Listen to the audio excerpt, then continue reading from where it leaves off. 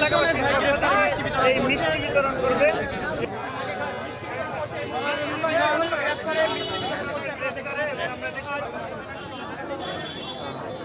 Fine fine.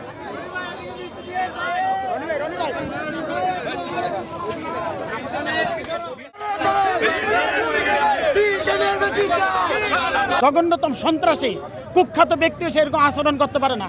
তার কথার আচরণে বোঝা যায় যে সে একজন নব্য কসাই, সে একজন জঘন্যতম আপনার হলো অপরাধী। আর দ্বিতীয়ত হলো যে সে মানুষের মানবতার আড়ালে সে জঘন্যতম অপরাধগুলো, তাদের সাথে খারাপ আচরণ। এবং বিশেষ করে আমরা ধর্মীয় দেখেন, খ্রিস্টান মারা যাওয়ার পরে তাদের নিয়ম অনুসারে তাদের মাটি দিবে, একজন হিন্দু লোককে নিয়ম অনুসারে তাদের ধর্ম অনুসারে মাটি দেয়। একজন মুসলমান মারা গেছে, মুসলমানগুলো ধর্মীয় নীতি মানে কিন্তু সে মাটি দাফন করে নাই। জানা আছে না আছে গোসল না আছে কাফন, কেমনি কি করছে এটা কেউ জানে না। এবং তার ভিতরে কি টর্চার সেল ছিল এটা আল্লাহ মালুম। এখন যেহেতু রাষ্ট্রীয় যে একটা আইন আছে, আইন অনুযায়ী তার যে বিচার, সর্বোচ্চ বিচার হলো তাকে ফাঁসির কাছে ঝোলানো হোক। সে তো একজন সুস্থ মানুষ ছিল না, তার কাজ দিয়ে ছিল তার টাকা ধান্দা করা, এটা দিয়ে ইনকাম, জাস্ট এটা ছিল তার সানবোর্ড। সে সবাই কি জিম্মি করতে হচ্ছে, সে কিছু হলে এলাকার চাঁদাবাজির মামলা দিয়ে দিত। কারণ আমি মিথ্যা বলি, উনি মিথ্যা বলে, সবাই কি মিথ্যা বলে? উনি ইউজ করতো প্রশাসনের লোককে, সিম্পেথি দেখে সে ইয়ে করতো। আমরা তো তখন জিম্মি ছিলাম, ওর কাছে প্রশাসনের র্যাব 4-এর যে সিইও ছিল উনি আসতো, পুলিশের প্রধান আসতো, সবাই আসতো, এবং আমার স্বয়ং আমাদের 14 আসনের এমপি আসতো, সবাই কিছু হলে। তা আমরা সেখানে কি করব সাধারণ মানুষ? এখন যখন আপনারা মিডিয়ারা তার সব কিছু সামনে আনলেন, এখন সবাই বিশ্বাস করতেছে না সে আসলে ক্রাইম। তার জন্য আমরা এখন সাহস পাইছি। তার আগে যদি আপনারাও প্রচার করছেন যে সে মানবতার ফেরিওয়ালা, আপনারাও তো বলছেন না সবাই। এখন যখন আপনারা প্রুভ করতেছেন, এখন আমরা সাহস পেয়েছি। নাহলে তো আমরা পারতাম না, কারণ আমরা জানতাম, দেখতাম, সবই করতাম, কিন্তু আমরা জিম্মি ছিলাম। কারণ সে কিছু হলে থানায়, র্যাব, পুলিশ সব জায়গায় বিচার দিয়ে দিত, দিলেই তার পুলিশ আমাদেরকে হয়রানি করতো। এলাকার মানুষ আসলে তখন তো আপনার মনে করেন সেনাবাহিনী খাবার দেওয়া যেত, বিভিন্ন ধরনের মানুষ দিয়ে যেত, তখন তো আমরা দেখতাম সে ভালো কাজ করতো।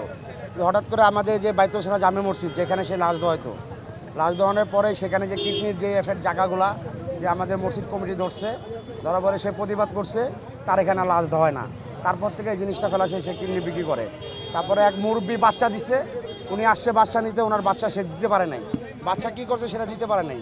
এটা মিডিয়ায় দেখছি, আমরা লোকজন একসাথে হয়েছি, এরকম প্রতিবাদ করছি, সে কিছু করতে পারে নাই। পরে আমরা থানায় অভিযোগ মানে এটা তো একাই পুলিশ প্রশাসন আসছে, তারপরে ডিবি এসে নিয়ে গেছে। থানায় গিয়ে অভিযোগ দিলে তো অবশ্যই প্রশাসন নিত, কিন্তু প্রশাসনের আগে তো ডিবি নিয়ে গেছে, ডিবির কাছে গেছে, মিডিয়ারে গেছে। এতদিন যাবত বলছেন যে ঘটনাটা ঘটছে, কখনো কি থানায় কোনো অভিযোগ দেন নাই আপনারা?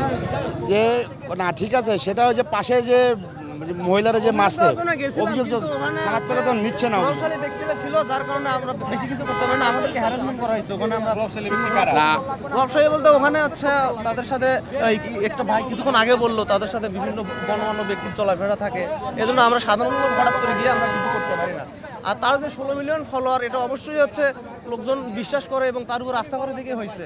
এখন এটা যদি কোনোভাবে ভেঙে যায়, লোকজন কিন্তু ভবিষ্যতে আর কাউকে বিশ্বাস করবে না, তারা কিন্তু কাউকে কখনো আর টাকা দিতে চাইবে না, কারণ এটা একটা মানবিক কাজ। এখানে যদি কেউ দুর্নীতি করে, লোকজন তো তার উপর এমনিতেই ক্ষিপ্ত হয়ে যাবে, পরবর্তীতে আর কেউ অসহায় যারা আসলে আছে তারা কিন্তু কখনো শাস্তি পাবে না, মানে সুযোগ সুবিধা পাবে না। আজকে এই ব্যাপারে মিডিয়া জনগণের কাছে উল্টা চোখ খুলে দিয়েছে। আমরাও আগে পিছে জানতাম, কিন্তু সে আসলে মানুষের সারা বাংলাদেশ, শুধু এই এলাকা বলে কথা না, এই এলাকায় তো সেই আশ্রয় কেন্দ্রটা খুলেছে। এবং আমি যেই জিনিসটা একটা ভিন্ন মাত্রায় একটা কথা বলতে চাই, হাজার হাজার কোটি কোটি টাকা সে, এটা আমরা আগেও জানতাম, সে নিত। আমাদের এলাকাও যারা এখানে আমরা আসি, এলাকার বাসিন্দা, স্থায়ী বাসিন্দা কিংবা অস্থায়ী বাসিন্দা, অথবা সমাজের ব্যাপারে আমরা কম বেশি কথা বলার চেষ্টা করি, ন্যায়ের পক্ষে থাকার চেষ্টা করি, তারা লক্ষ্য করেছি হাজার হাজার কোটি টাকা তিনি আয় করেন। এবং তিনি বলেন যে আমরা রাস্তাঘাট থেকে একদম চোখ নাই, তার হাত নাই, এই ধরনের অসহায় মানুষদেরকে, বৃদ্ধাদেরকে তুলে এনে তিনি এদের রক্ষা করতেন। যদি তাই হয়, একটা সাধারণ কথাই বলি, আপনারা যাই দেখেন যে সেইটা তো একটা কারাগার, সেটা তো অন্ধকার প্রকোষ্ঠ, সেখানে আলো ঢুকে না, সেখানে বাতাস ঢুকে না, সেখানে কোনো কোনো বলা হয় উনি পরিচর্যা করতেন। উনি কিভাবে পরিচর্যা করতেন?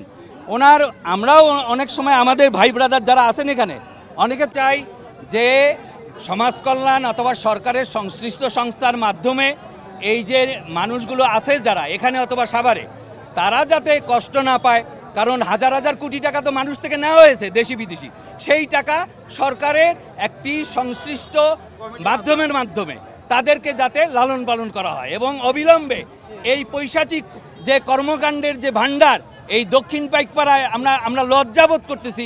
আমরা যারা মোটামুটি শিক্ষায় শিক্ষিত হওয়ার চেষ্টা করেছি অথবা সচেতন হই, সেই ক্ষেত্রে আমরা মনে করি অবিলম্বে এইটা সরকারের পক্ষ থেকে সংশ্লিষ্ট দপ্তরের মাধ্যমে এটার করায়ত্ত করা উচিত এবং এই সমস্ত মানুষ যে দুঃখী কষ্ট যারা নিয়ে আসছে, যে দরিদ্র মানুষগুলো, এরা তো কোনো অপরাধ করে নাই, কিন্তু সেই মানুষকে দিয়ে মিল্টন অপরাধ করত, ব্যবসা করত। কিন্তু আমরা চাই তাদেরকে একটা সংস্থার মাধ্যমে, একটা কমিটির মাধ্যমে, সরকারি তদারকিতে, সমাজ কল্যাণের মাধ্যমেও, যার মাধ্যমেও এই সমস্ত যারা এখন আছে তাদেরকে যাতে রক্ষা করা যায়। আমরা বৃদ্ধাশ্রমের বিপক্ষে না, বৃদ্ধাশ্রম একটা ভালো জায়গা, ভালো কাজ, আমরাও চাই বৃদ্ধাশ্রম থাকুক, বাট মিল্টন না থাকুক। যেই বিষয়গুলা ওর নামে এভিডেন্টগুলা যেগুলো তৈরি হলো, আমরা তো আসলে ফেসবুক দিয়ে এই কয়েকদিন ধরে ফেসবুকে অনেক কিছুই দেখতেছি।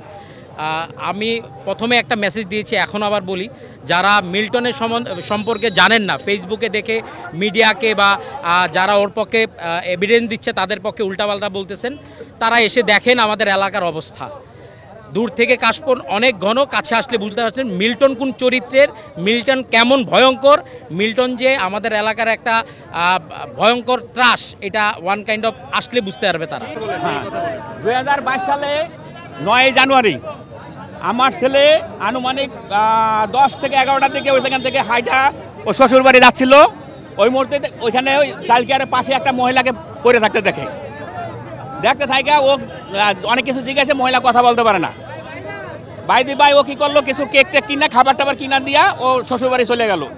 জাস্ট ও আবার রাত 9টার সময় ওই শ্বশুর বাড়ি থেকে আপনার বাসায় ফিরছিল। ফেরার টাইমে আবার দেখে মহিলাকে ওইখানেই পড়া, কেউ ধরে না। পরে আমার ছেলে আমাকে ফোন দিল, আব্বু এই ঘটনা, একটা মহিলা পড়ে আছে। পরে আমি কী করলাম, বাইক নিয়ে ওইখানে ঘটনাস্থলে আসলাম। আসার পরে দেখলাম মহিলার অনেক কিছু গেলাম, কেউ চেনে না, অনেক কিছু গেলাম, কেউ চেনে না, কেউ চেনে না। পরে কী করবো, আমি আমাদের কাউন্সিলর দেওয়াল আব্দুল মান্নান ভাইকে আমি ফোন দিলাম। ফোন দেওয়ার পরে বললাম যে ভাই, একটা মহিলা এখানে পরিত্যক্ত অবস্থায় পড়ে আছে, কি করা যায়? ঠিক আছে, আর কোনো গার্জিয়ান নাই, সকাল থেকে পড়ে আছে।